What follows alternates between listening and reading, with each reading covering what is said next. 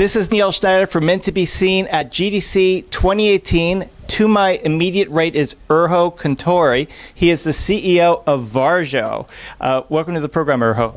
Thank you. So tell us about Varjo. What do you guys do? So Varjo is working on human eye resolution VR headsets, and we're bringing those to the market at the end of this year for professionals of different grades. Okay, so this isn't just about releasing a new type of a new head-mounted display. I gather it's a new type of head-mounted display. Can you elaborate a little more as to what makes these units special? Yeah, sure. So we've been working at Varjo now for a year and a half on a technology that allows us to combine the benefits of small, expensive displays and typical VR displays together, getting the benefits of both at the same time. And our technology allows you to have roughly 40 to 50 times higher resolution than any of today's VR headsets. Okay, maybe you could elaborate on why it's difficult to have a high resolution headset. What makes it challenging?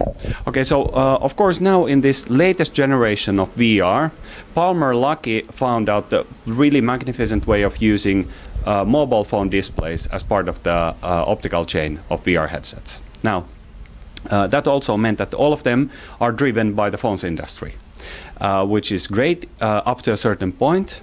And with that one, you get roughly 100 of the human eye resolution. It gives you the kind of feeling like you're nearsighted. You see that the places that you are in, you get the feeling that you're immersed in it, but you cannot see any of the details like you would if you had eyeglasses, being a nearsighted. Now, of course, we are basically fixing that one and giving people the full human visibility inside VR. So 50 times higher than today's VR headsets. Okay, so I mean that's just one element. I mean the other challenge is the processing power. I mean what's needed to drive that high resolution? Yeah, really good question. So our I/O pipeline allows us to have much less data bandwidth going to the headset, and we're running at roughly like 25% to 50% higher rendering load than today's VR headset like HTC Vive. Okay, so just to put. How would I put this? So normally you would need, let's say, a GTX 970, like an NVIDIA graphics card, or an AMD 290 series or better. I mean, would you get away with the equivalent, or do you need significantly more processing power to drive this? Yeah, so it goes to the quality always. So we have been running this on a GTX 1060. So that gives you a certain level of reference. But all of our demos we're doing with the 1080 QD design. So running on laptop. So all of these ones can be running on any VR headset system. Having said that one, we have been discussing with many professional companies actually using VR, and sky's absolutely the limit. Some of the companies are using like $500,000 worth of GPUs to compute for a single VR headset. So it can be anything, right? But doesn't need to be. It can be just a small, normal gaming laptop running our headset. All right, good stuff. So what type of applications are you excited about? Where do you see a head-mounted display like this being used? Yeah, so it's really exciting to see how this is going to be transforming the way people actually do design in the future, both, for example, in the automotive sector, how the cars will be designed in the future, how the planes will be designed and so forth, but also, for example, architecture. Now, because how I believe is that the future architect, she's going to be actually immersed inside the building she's designing. She all the time gets the perspective of being there, and then once he does changes to the world changes instantly around her. I think that's going to be a huge thing, but really to go there, you need to have a certain threshold of quality, and we are the first company to do that one. Okay, good stuff. Now, any idea on price range? Like what's, a lot of people when they hear about new head-mounted displays, they think the head mount is for everybody, but that's not necessarily the case. Who do you think was going to buy this first? Yeah, so this is going to be mainly for bigger professional companies like enterprises in the beginning. We're pushing this out in the 5,000 to 10,000 range. We're going to be setting the price basically during the summer. Once we have negotiated the price, it's going to cost us. But it's going to be, we try to push it, of course, as low as possible.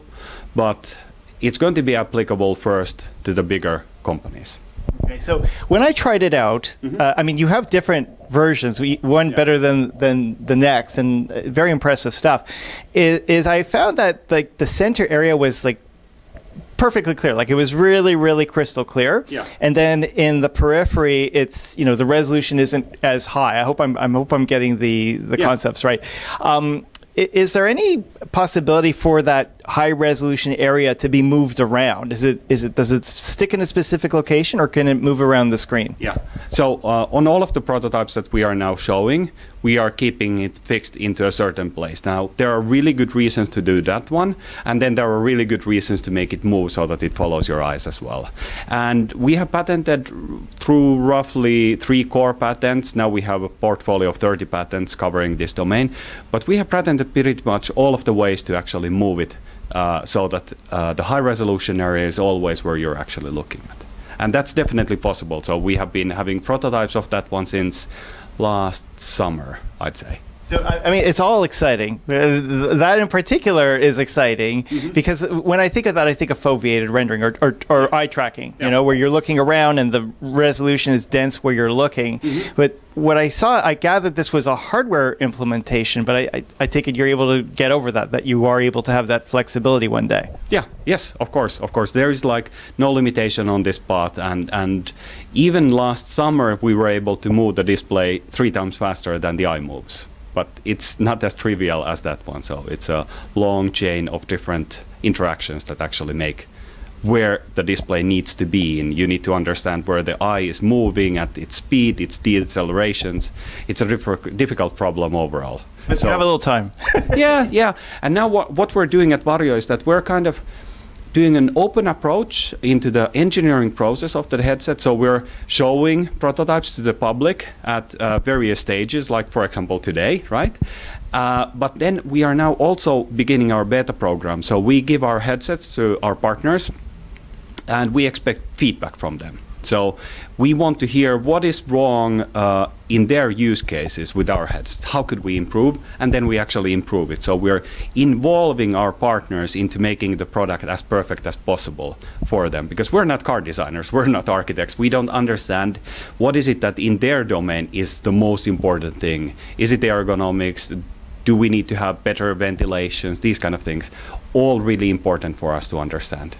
Okay. Now, this is different from other head-mounted displays. You know, at a hardware level, the way images are rendered to the screen, are there changes in how content is created to make this hardware work? I mean, if I was a content creator, would I be concerned having to use a special API? Do I have to think differently about how the content's created? You know, what are your thoughts? So, for example, most of the content is developed with Unity or Unreal. So what happens, you load your project, you import our plugin, and that's it, pretty much, for Unity and Unreal. So really no changes needed. But the instant you put the headset on, you will realize that you could do better in certain areas. You could use high resolution textures because you just didn't feel like they're needed with the previous headsets where you're basically half blind when you're using those. So certain things you want to improve, and we have been doing some of the tests of buying assets from Unity Asset Store and converting those to the level. It typically takes like a couple of hours to make it so that it's meaningfully, incredibly much better than before. Okay. Now, what about tracking? How is that being handled? Yeah, so we decided early on that we want to be part of the Valve's TeamVR ecosystem because there is so much development ongoing on that domain and so interesting controllers coming out with it.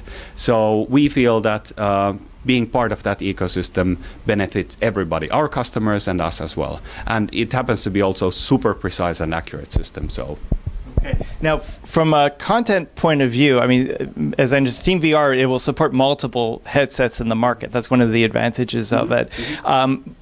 Would yours fall under that category? So if content works under SteamVR, will it work on your headset as well, or does it need extra tweaking to make it compliant? So we've been discussing about that with Valve. We don't have like a conclusion. How do we want to go about doing that one? It's possible for us to make it so that it works, but to actually get the full benefit, you need to import the plugin, and we're not kind of like fully there that will we put the backwards compatibility in there, because at the moment the companies buying these headsets won't be playing games. So it's like there is no like strict demand very early on, but it's obvious that it must be there as soon as possible at a later stage, but might not be day one.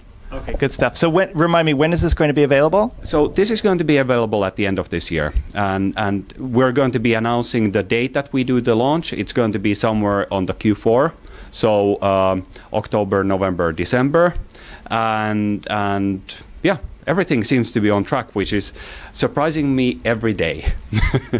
Okay. All right, good stuff. Well, thank you so much for joining us. Thanks to you so much, Neil. This is Neil Schneider for Men to Be Seen at GDC 2018. We will, of course, be back with more. Thank you for watching.